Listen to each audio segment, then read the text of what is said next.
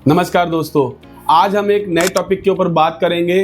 दोस्तों, ज़्यादातर हमने देखा है आप जो पैसा इन्वेस्टमेंट करते हैं, जो आपकी मेहनत का पैसा है वो बर्बाद हो जाता है। जी हाँ दोस्तों, आप इतनी मुश्किल से वो पैसा कमाते हैं और वो जीरो हो जाता है। उसके बाद भी आपको कोर्ट के चक्कर काटने पड़ते हैं। डे बाय डे आपको कोर्ट जाके जाना पड़ता है, कोर्ट में अप्रोच करना पड़ता है।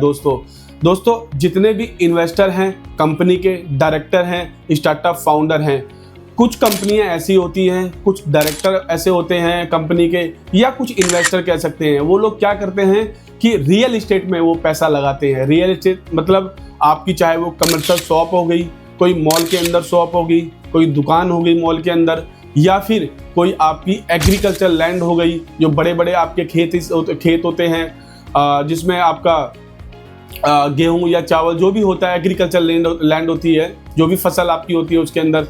देन उसके बाद आपका प्लॉट होता है, जो खाली एरिया होता है, खाली ज़मीन होती है जिसमें ऑलरेडी बाउंड्री हुई होती है। देन उसके बाद आपका फ्लैट होता है, डीडीए फ्लैट होता है, आपका कोई अपार्टमेंट हो सकती है, अपार्टमेंट के अंदर फ्लैट हो सकता है, कोई सोसाइटी हो सकती है, सोसाइटी के अंदर फ्लैट हो सकता है। कहने का मतलब है कहीं पे भी आपने रियल एस्टेट, कहीं पे भी आपने कोई भी शॉप, कहीं पे भी पैसा इन्वेस्टमेंट किया है, तो उस केस में क्या होता है दोस्तों, जो आपने मान के चलो, एग्जाम्पल के साथ मैं आपको समझाऊंगा तो ज़्यादा समझ में आएगा। दोस्तों, आपने कोई भी प्रॉपर्टी आपने 50 लाख रुपए की परचेस की है दोस्तों, चाहे वो लैंड कोई भी, चाहे एग्रीकल्चर लैंड हो आपकी, चाहे वो फ्लैट हो या फ्लोर हो। दोस्तों, अगर आपने उसका, जब आपने उसको परचेस किया, आपने उसकी sale deed, only sale deed check करी या कन्वेंस डीड चेक करी, आपने उसको परचेज कर लिया, ले लिया, देन और बाद में क्या होता है, एमसीडी का बुलडोजर आता है और उस मकान को तोड़ दिया जाता है। जी हाँ दोस्तों, उस मकान को गिरा दिया जाता है। अब आप कहेंगे ये कैसे होता है? दोस्तों, आपने जब भी कोई भी प्रॉपर्टी पे पैसा इन्वेस्टमेंट की है, कहीं पे भी रियल एस्टेटमेंट में इन्वेस्टमेंट की है आपने पैसा, तो आपने उसके डॉक्यूमेंट पूरे कंप्लीट लीगली चेक नहीं किए। दोस्तों, उसके पास क्या, उस प्लॉट के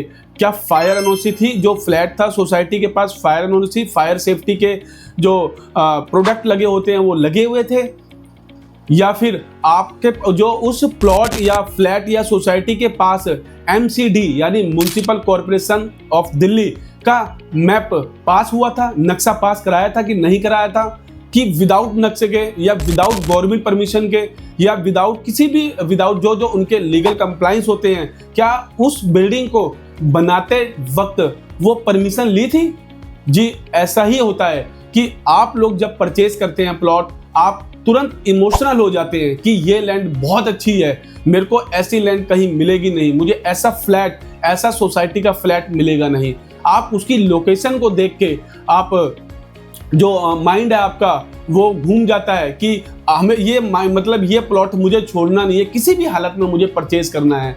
उस केस में क्या होता है, लोकेशन अच्छी होती है और आपको उस प्लॉट का जो प्राइस है, जो अमाउंट है, थोड़ा कम मिल जाता है। अगर कोई 70 लाख की प्रॉपर्टी है तो आपको 50 लाख में मिल जाएगी, तो आप तुरंत ले लेंगे इमीडिएटली बेसिस पे। आप कहेंगे इतना सस्ता मिल रहा है। अगर आपको ये चीज़ सर्च करना चाहिए कि इतनी सस्ती प्रॉपर्टी कैसे मिल रही है, वो उसके पास ना साइट प्लान है, ना हाइट प्लान, जो हाइट इलेक्ट्रिसिटी सर्टिफिकेट होता है ना तो वो है उसके पास, हाइट सर्टिफिकेट है वो नहीं है उसके पास, कोई भी सर्टिफिकेट उसके पास नहीं है। ओनली लीगल ऑनर था, ऑनर ने जीपीए या एसपीए या सेल डीड उसके पास थी और आपने उसको ले लिया। पूरे लीगली डॉक्यूमेंट उसके चेक नहीं किए आपने, और आपने पैसा अपना इन्वेस्टमेंट कर दिया। और उसके बाद क्या होता है कि एमसीडी आपके अगेंस्ट में लीगल एक्शन लेगी, लीगल नोटिस भी दे सकती है आपको। हो सकता है विदाउट नोटिस के आपकी बिल्डिंग को ध्वस्त कर दिया जाएगा, यानी तोड़ दिया जाएगा, गिरा दिया जाएगा, और उसके बाद भी आपको प्लस में कोर्ट केस का अलग से सामना करना पड़ेगा। यानी आपने जो इलीगल कंस्ट्रक्शन किया, जो आपके नाम पे प्रॉपर्टी जो बिल्डर ने बना के दिया, वो जब कोर्ट जाना पड़ेगा, कोर्ट में आपको जज साहब के सामने सारी चीजें जो भी आपके साथ हुआ है सब जाना पड़ेगा। कहने का मतलब है कोर्ट में केस अलग चलेगा, यहाँ पे लॉस आपका अलग से हो गया, प्रॉपर्टी का आपका जो आपके साथ जो फोर्जरी हो गई, 420 हो गई, सामने वाले ने इलीगल कंस्ट्रक्शन किया था, डॉक्यूमेंट इलीगल पेपर बनवाए थे, डुप्लीकेट डॉक्यूमेंट बनवाए थे, आपने उस डॉक्यूमेंट को सर्च नहीं किया, प्रॉपर्टी थी किसी और के नाम पे और पेपर आपके नाम पे बनवा दिए। कुछ खाली प्लॉट होते हैं, आज की डेट में कुछ लोग क्या करते हैं कि खाली प्लॉट पे फर्जी पेपर बनवा के कम पैसे में, यानी 10 लाख की कोई प्रॉपर्टी है तो 5 लाख की उसको सेल कर देते हैं और सामने वाला जो परचेजर होता है तुरंत इमीडिएटली बेसिस पे उसको परचेज कर लेता है। वो सोचता है मेरा बहुत ज्यादा प्रॉफिट होगा, लेकिन नहीं दोस्तों, उसका प्रॉफिट नहीं, वो ऐसी दलदल में घुसने वाला है, ऐसे दलदल में जा रहा है कि कल को वो निकलना उसका मुश्किल हो जाएगा।